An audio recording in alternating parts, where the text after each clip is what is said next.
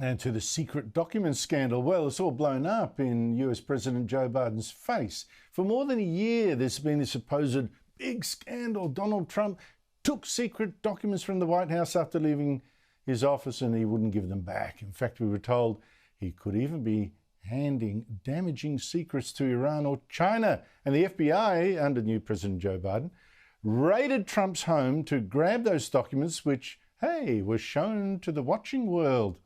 Biden claimed last September to be shocked by what Trump had done.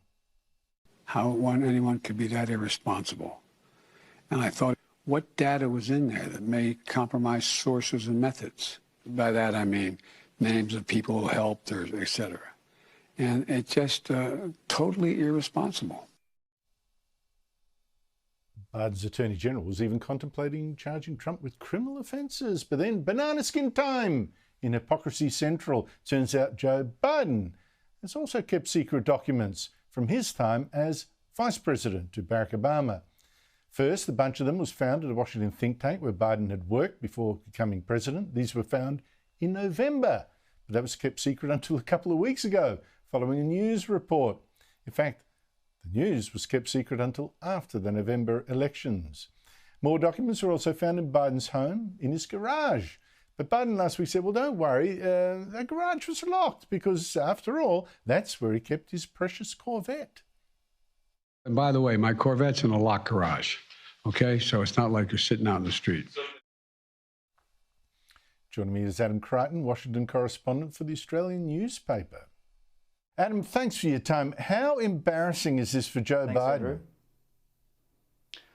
Well, I think the short answer is very embarrassing. I mean, the Democrat establishment from the president down for the last 4 months has been lambasting Donald Trump, of course, for a very similar crime. And as we hear now, the president has done a very similar thing. So it's very embarrassing.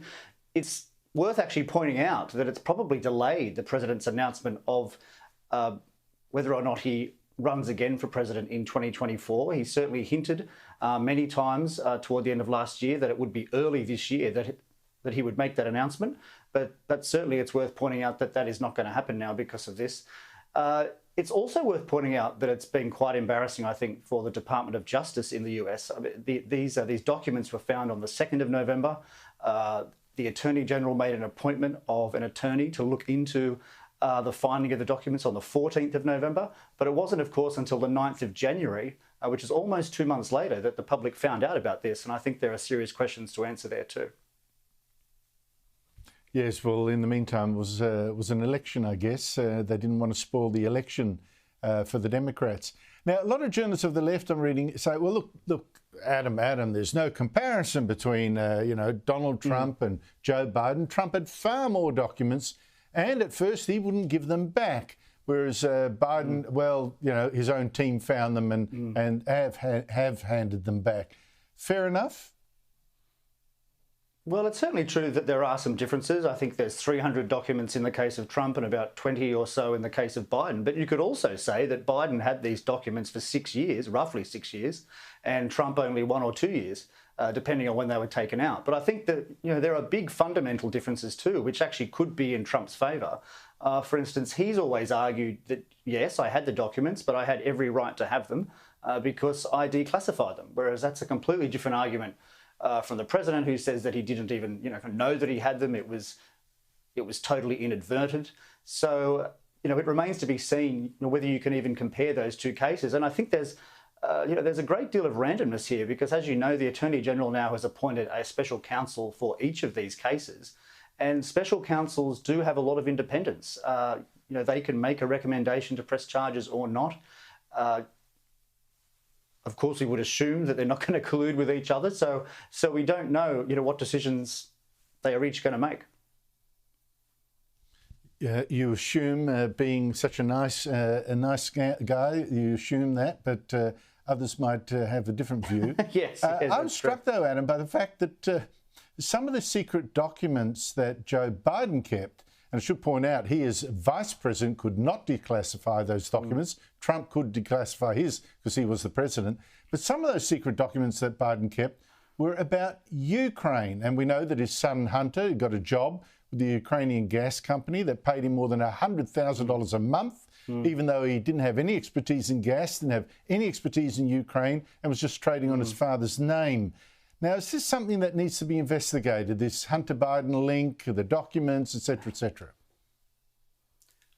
Well, look, certainly I think it will be investigated. I mean, the House of Representatives now, as you know, is controlled by Republicans, and the House Oversight Committee has already announced an investigation into the Biden family finances. And so certainly that will include both these documents and, of course, also the material that was found on the infamous laptop of the president's son. So, yes, look, these factors will certainly be investigated. And as you suggest, it may well be that there is some link between those emails on the laptop and these documents found in the president's house.